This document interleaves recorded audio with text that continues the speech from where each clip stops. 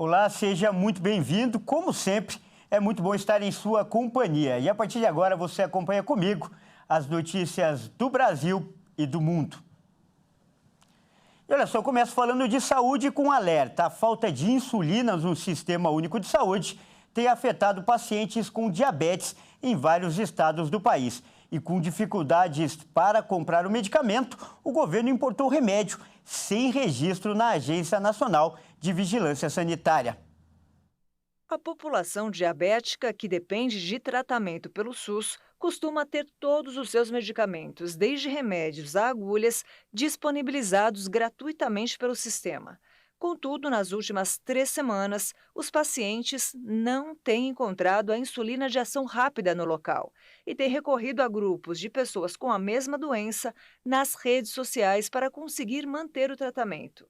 Para evitar um desabastecimento nacional, a solução encontrada pelo governo foi abrir uma compra emergencial, quando até mesmo produtos de laboratórios estrangeiros sem registro na Agência Nacional de Vigilância Sanitária podem ser adquiridos. E foi exatamente o que aconteceu. No último dia 20, o Ministério fechou o acordo para adquirir 1.300.000 tubetes de insulina da chinesa Global X Technology Limited. A compra, porém, é contestada pela Sociedade Brasileira de Diabéticos, que questiona a qualidade da insulina adquirida. A insulina de ação rápida controla o nível de glicose no sangue e deve ser injetada todos os dias, sempre antes das refeições, em pacientes com diabetes. E ainda falando de saúde, lançada no início de abril, a campanha de vacinação contra a gripe alcançou apenas 31% do público-alvo, segundo o painel de vacinação do Ministério da Saúde. A meta da pasta é obter uma cobertura nacional de 90%, o que está bem longe de acontecer. Há 2 semanas do final do mutirão, que será encerrado em 31 de maio, 22.500.000 doses foram aplicadas. Os dados foram colhidos nesta terça-feira. De acordo com o painel, o público infantil é o que teve menor adesão. Somente 20% das crianças foram imunizadas contra o vírus. A baixa procura motivou o governo a ampliar a vacinação para todos os públicos mais cedo este ano. E desde segunda-feira, a aplicação está liberada para todos com mais de 6 meses no país. Alguns estados ampliaram a campanha antes da decisão do Ministério, como o Rio de Janeiro, que liberou a dose para o público geral em 5 de maio. Mesmo assim, nenhum tem a cobertura vacinal da gripe acima de 50%. O alcance nacional de imunização desejado pelo Ministério não foi atingido nos últimos 2 anos. Em 2021 e 2022, a cobertura vacinal foi respectivamente de 72,8% e 68,1%. Em contrapartida, o número de mortes por gripe aumentou 78% nos últimos 2 anos. E eu falo de economia agora, as vendas do comércio cresceram 0,8% em março. E com o resultado, o primeiro trimestre do ano registrou o melhor desempenho desde 2018. Os dados foram divulgados pelo IBGE. O volume de vendas do setor cresceu 0,8% em março, na comparação com fevereiro, quando havia apresentado estabilidade. Com isso, o primeiro trimestre do ano fechou com alta de 2,4%. Esse é o melhor desempenho para os 3 primeiros meses do ano desde 2018. A alta em março foi acompanhada por 3 das 8 atividades que fazem parte da pesquisa do comércio varejista: equipamentos e material para escritório, informática e comunicação, que registrou alta de 7,7%. Artigos farmacêuticos, médicos, ortopédicos e de perfumaria, com 0,7%. Imóveis e eletrodomésticos, alta de 0,3%. Outras 4 atividades apresentaram resultados negativos: tecidos, vestuário e calçados, queda de 4,5%. Artigos de uso pessoal e doméstico, redução de 2,2%. Livros, jornais, revistas e papelaria, 0,6%. E, por fim, combustíveis e lubrificantes, redução de 0,1%. O desempenho de março foi bem superior ao que era esperado pelo mercado, que projetava uma queda de 0,8% na comparação mensal. A previsão na comparação anual era de uma queda de 0,1%, e o avanço foi de 3,2% na comparação anual. Olha, e o governo federal pretende lançar na próxima semana um plano de incentivo ao setor automotivo. Um dos principais objetivos é reduzir os impostos cobrados sobre os veículos e, com isso, incentivar a venda de carros populares.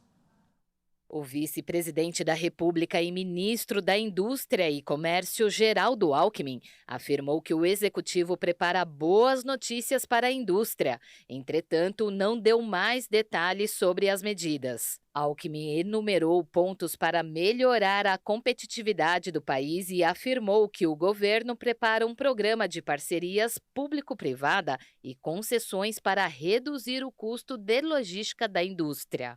Alckmin indicou que a desoneração da carga tributária deve valer para veículos abaixo de R$100 mil.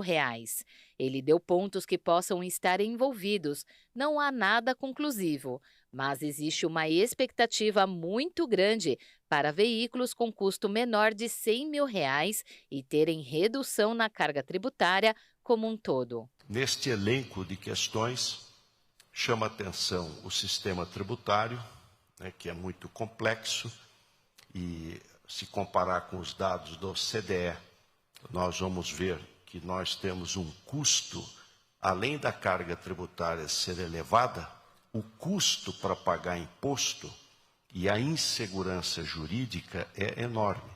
Um imposto, o ICMS, tem 27 leis diferentes e mais de 200 alíquotas.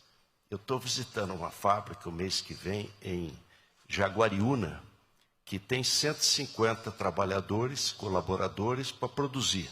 Vende para o Brasil inteiro. E tem 100 para pagar imposto. A complexidade tributária. Recentemente, o presidente Luiz Inácio Lula da Silva criticou o preço dos carros no Brasil, enfatizando que um carro de R$90 mil não é popular, é para a classe média. A declaração do presidente ocorre após a Federação Nacional da Distribuição de Veículos Automotores, a Associação de Concessionários de Veículos, entidade representativa do setor de distribuição de veículos no Brasil, e algumas montadoras passarem a defender a oferta de carros mais baratos. A pauta é vista com certa urgência, pois o setor passa por um momento de desaceleração nas vendas de veículos, com fábricas suspendendo produção e sindicatos de trabalhadores temendo demissões.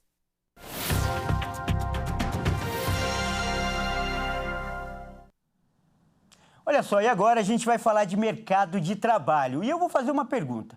Qual é a profissão do momento? Olha só, se você respondeu médico, advogado ou engenheiro, você errou. O Brasil é hoje a terra dos influenciadores digitais. O país é o segundo do mundo em número de influencers, só perde para os Estados Unidos. A atividade supera, inclusive, essas profissões tradicionais que eu acabei de falar, advogados, médicos e engenheiros. E esse, aliás, é o tema da nossa entrevista de hoje. Para falar sobre esse assunto, nós vamos conversar agora com a Fernanda Ciarini, que é psicóloga de formação e também atua como influenciadora nas redes sociais. Boa tarde, seja muito bem-vinda, Fernanda. Boa tarde, muito obrigada pelo convite. Agradecida por todos que estão aí participando. É um prazer poder falar sobre um assunto que eu sou apaixonado, que é a influência. Legal, Fernanda, o prazer é todo nosso. E primeiro, eu queria que você contasse, né, e também explicasse aí para curiosidade dos nossos telespectadores um pouco da sua rotina. Você trabalha em uma clínica de reabilitação neurofuncional e também dá consultorias de imagens nas redes sociais. Como que é isso? Explica para a gente. Legal. Então, como você disse, eu sou formada, em psicologia, vou falar um pouco breve. Tenho pós-graduação em gestão de pessoa e carreira e liderança, eu sou especializada em marcas pessoais e foi através de consultoria que eu estou hoje na reabilitação neurofuncional como representante da clínica NT de reabilitação, que é do nicho da saúde, focado em pacientes com atraso de desenvolvimento neuropsicomotor, né? Em paralelo, sim, eu tenho alguns processos de consultorias de estratégia de marcas pessoais, porque, como você mesmo disse, há uma crescente muito grande da influência digital e advogados e médicos têm ficado por trás, né? E eles precisam também trabalhar a sua gestão de marca, e é exatamente este trabalho de um estrategista de marca pessoal que eu ofereço na consultoria, para que eles possam ser à frente da influência em sua marca. Agora, Fernanda, são funções e responsabilidades muito diferentes. O que é mais difícil? Conta para o nosso telespectador. São funções totalmente diferentes. A parte de cuidar, né, de uma empresa, que nós estamos fazendo uma implantação do zero aqui, né, em Mogi das Cruzes. A unidade ela já existe da empresa em Assis, tem em Marília também, só que aqui está começando do zero. Então, são etapas, né, de construção para a implantação de uma empresa.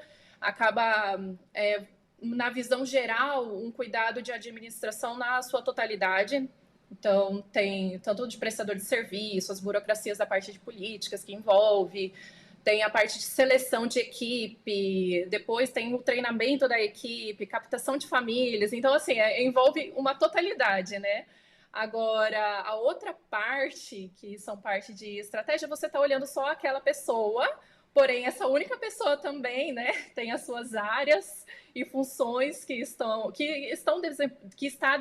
desempenhando, e que a gente precisa olhar para ver aquilo que vai fazer com que ela saia de um ponto A e um ponto B, e às vezes precisa fazer um deslocamento, uma transição de funções. É bem diferente. O desafio é o mesmo, dos dois lados, porém a mente, né, acaba sendo o desafio da minha organização mental que eu preciso ter para lidar com essas duas funções que são diferentes, em paralelo com a produção de conteúdo que eu fico ali nas redes sociais, do Instagram e do YouTube.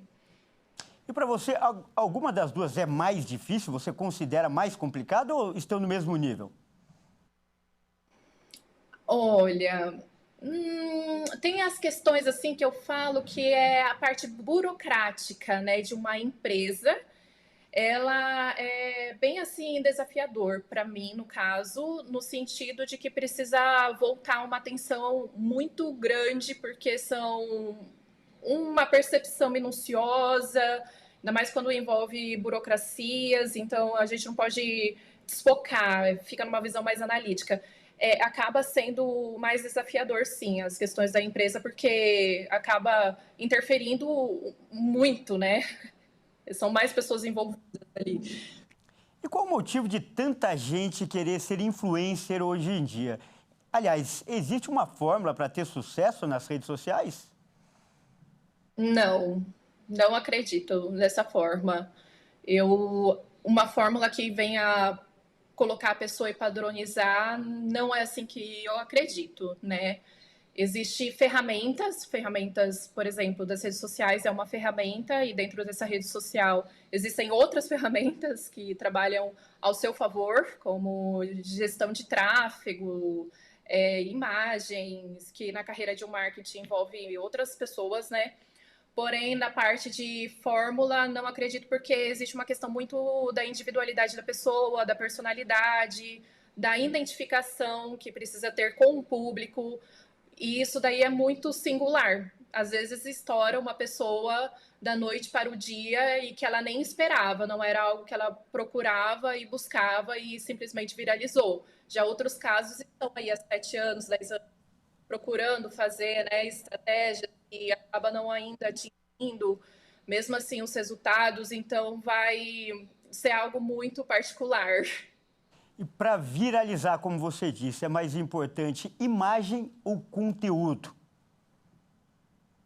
Os dois. Os dois. E a constância. Frequência, repetição, a sua visibilidade. Você tem que saber se colocar em visibilidade, ver as ferramentas por meio de visibilidade. E não por resultados só apenas, entendeu? Que é importante você trabalhar a visibilidade, porque existe aquela fala, né? Quem não é visto não é lembrado. Porém, também não adianta nada você ser visto e não ser visto por meio de um conteúdo de qualidade dentro do seu nicho. Porque existe o entretenimento, a informação, inspiração, estilo de vida. Então, dentro do seu nicho, você tem que oferecer um conteúdo de qualidade que vai agradar esse público. No final, acaba sendo mais sobre as pessoas, né? Você servir o outro do que a si mesmo. E você falou em resultado. Para finalizar, financeiramente, é uma carreira promissora ou existe muita ilusão? Olha, com bastante aplicabilidade, tem uma frase do Joel J que ele usa que eu gosto bastante, que o trabalho devolve. Então, dá sim para você ganhar financeiramente. Eu acredito que você não pode querer trabalhar na ilusão do resultado de uma outra pessoa, né? Com pessoas que já estão faturando 70 mil dólares através do YouTube, outros que uma foto é 1.500, vai variar do público que você tem e também da sua visibilidade. Porém, dá sim, com bastante constância, você consegue, um profissional advogado médico que a gente falou, consegue encher a sua agenda, uma influenciadora consegue atrair marcas, ela consegue tirar um dinheirinho bom, sim, com constância. Tá certo, então nós acabamos de conversar com a Fernanda Ciarini, que é psicóloga de formação e também influenciadora digital. Muito obrigado pela sua participação, muito simpática. Eu que fico agradecida que esse programa aqui venha cada vez mais ficar com sucesso. Espero que em breve a gente possa se ver mais uma vez. Obrigada pelo convite, fico imensamente grata. A gente que agradece, até mais. Até mais. E veja a seguir, golpes envolvendo o Pix continuam aumentando no Brasil. E a polícia tem dificuldade para rastrear os golpistas. E você vai ver também, cachorro mais velho do mundo completa 31 anos de vida. E de presente, entra para o livro dos recordes. Nós voltamos já.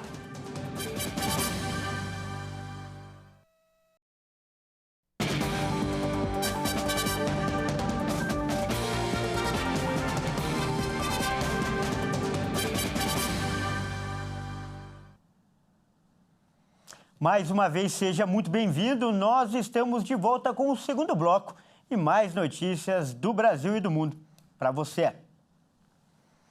E olha só, o número de golpes e fraudes associados ao Pix continua crescendo no Brasil. E um dos grandes problemas é a dificuldade que a polícia tem para rastrear os golpistas.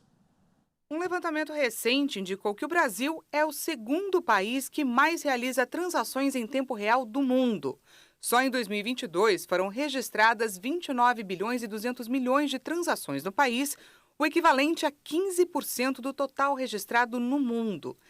Segundo os especialistas, entre as maiores dificuldades encontradas, bloquear as transações ou reaver o dinheiro estão entre as que mais causam transtornos às vítimas.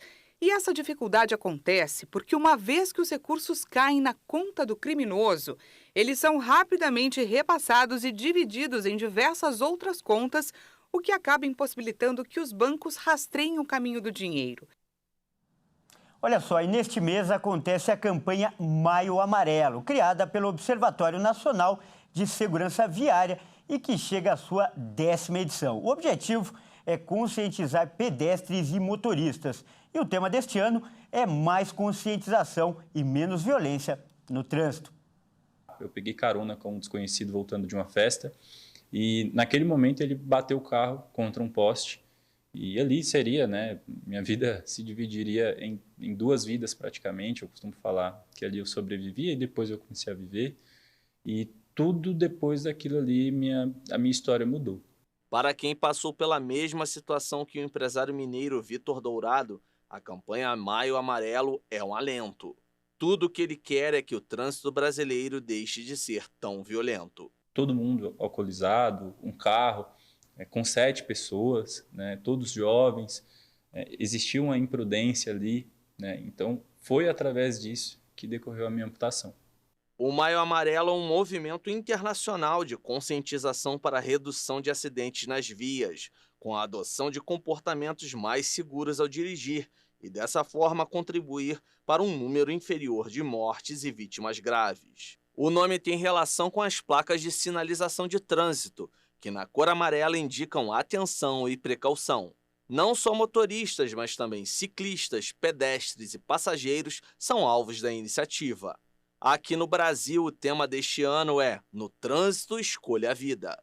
A campanha é coordenada pelo Conselho Nacional de Trânsito, CONTRAN, e conta com o apoio de segmentos da esfera do governo, órgãos e instituições públicos e privados do setor dos transportes.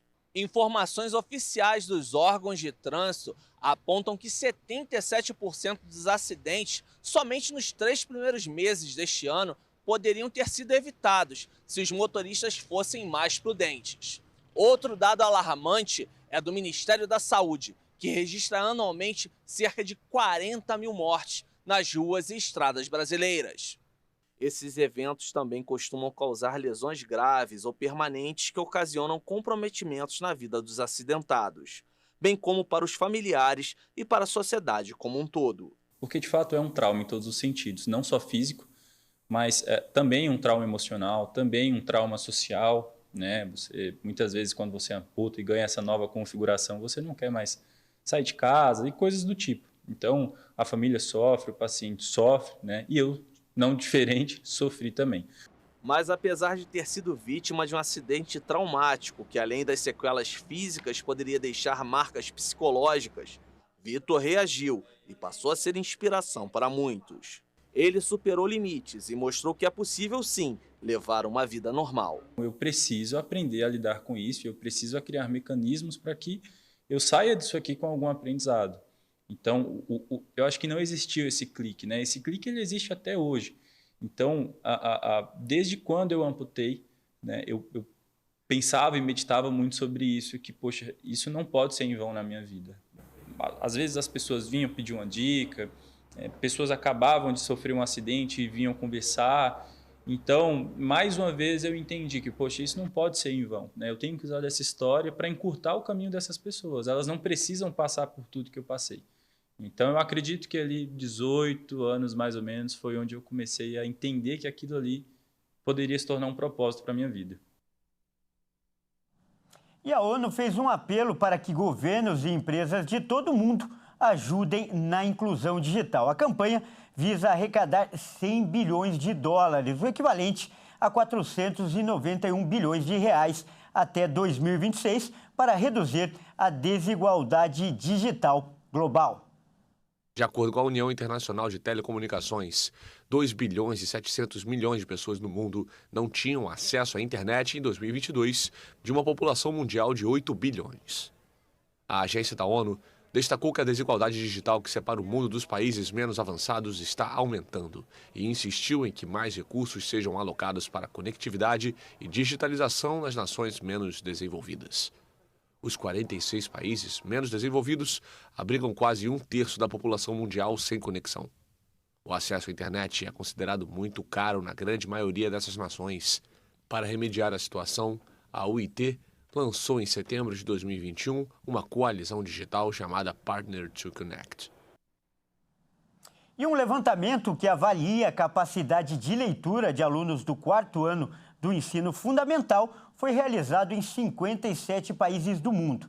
E nessa prova, o Brasil ficou abaixo da média. No exame Pearce, que mede habilidades de leitura de alunos de 9 a 10 anos de idade do 4º ano do ensino fundamental, o país está bem abaixo da média, com 419 pontos, atrás de países pobres como o Azerbaijão e o Uzbequistão.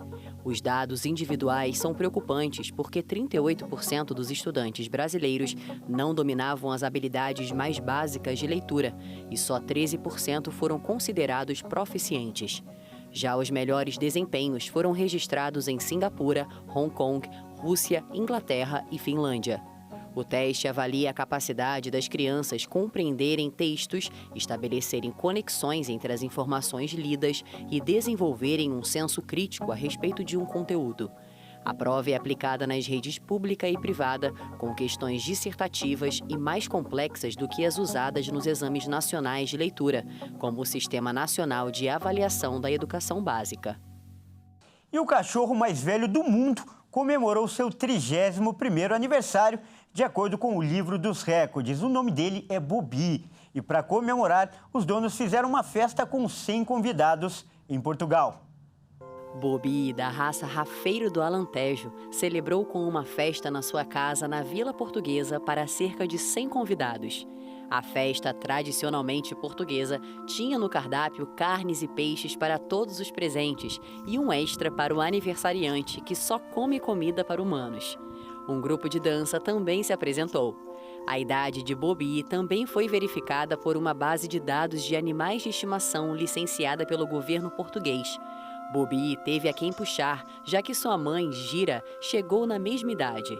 De acordo com o seu tutor, um dos principais fatores que contribuíram para a longevidade do animalzinho é o ambiente pacífico e tranquilo em que ele vive.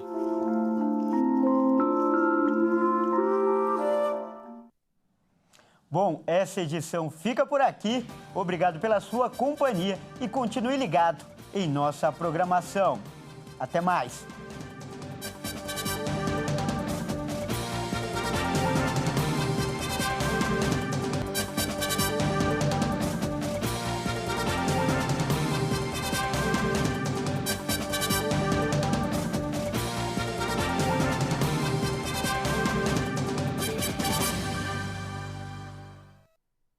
Digital que separa o